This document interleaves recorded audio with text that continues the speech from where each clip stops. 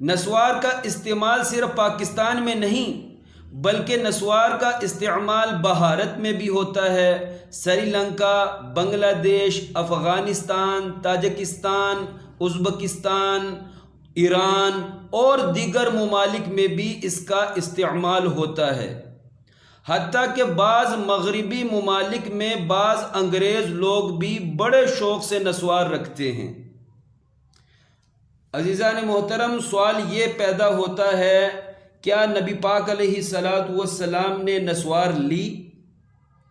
اس بارے میں متفق علیہ حدیث ہے، مشکوٰۃ شریف باب الاجارہ میں موجود ہے، اور مفتی صاحب نے اس حدیث کا ترجمہ، مفتی احمد یار خان نعیمی رحمۃ اللہ علیہ نے اس حدیث کا ترجمہ کیا ہے مرآت جلد نمبر 4 صفحہ 363 پر، کہ نبی پاک علیہ الصلاۃ والسلام نے پچھنے لگوائے اور پچھنے لگانے والے کو اس کی مزدوری دی، اور نبی پاک علیہ الصلاۃ والسلام نے نسوار لی۔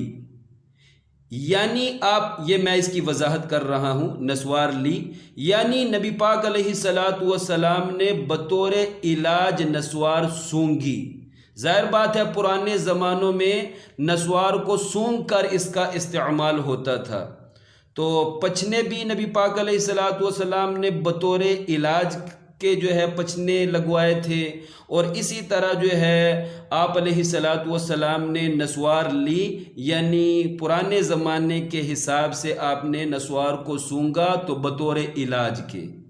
یاد رکھیں، ڈاکٹر کی تجویز کے بغیر نسوار کا استعمال مضر صحت ہے۔